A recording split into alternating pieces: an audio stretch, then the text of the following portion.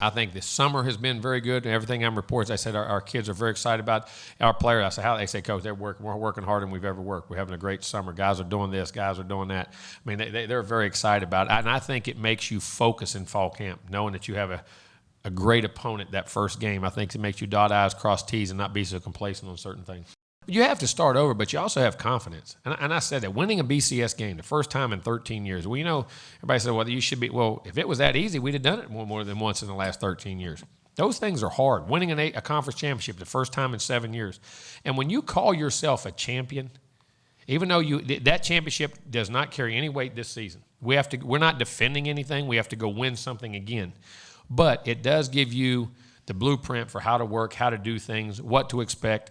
Keep doing certain things well. The few things that we need to improve. But it does give you that confidence. Say, something, I've been here. I've done this. I know how to act in these situations, and allows your program and you individually to grow.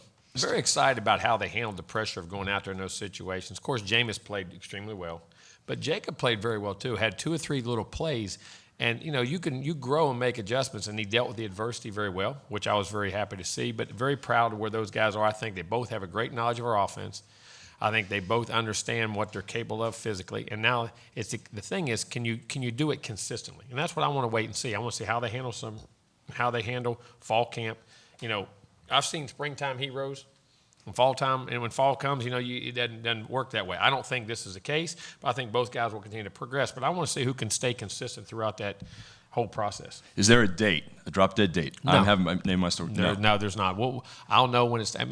As I say, most of the time, shouldn't have to tell us. If it goes like you want it to go, they'll tell you. You won't have to have a date. You'll know. But, if you look in the backfield, James Wilder had over 500 yards, and Freeman both had over 500 yards, and both have started the last 2 years, multiple games, and James was the MVP of the ACC championship, and Freeman's would come in when Chris got hurt down in Miami and jumped out and had 2 touchdowns, had about 75, 80. I mean, those guys have all played. So everywhere on offense, there's tremendous.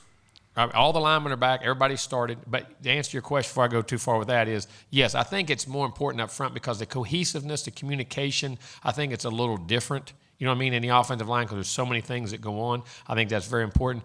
But like you say, we got 5 of our top 6 pass catchers. You got all your offensive linemen. You got your tight end. You got your 2, your 3 top backs. So from that standpoint, there is a lot of continuity on offense that's got me very excited. That would definitely, that's what everyone's saying. But I still think there's a lot of other teams in this league that are really closing the gap, and all those games would be competitive. Like I say, all of them are going to be one win, 1 loss. So we have to take them all very importantly. But we've obviously been the 2 teams that have been there the most. We've been there 2 out of the last 3 years, and the other year Clemson was there.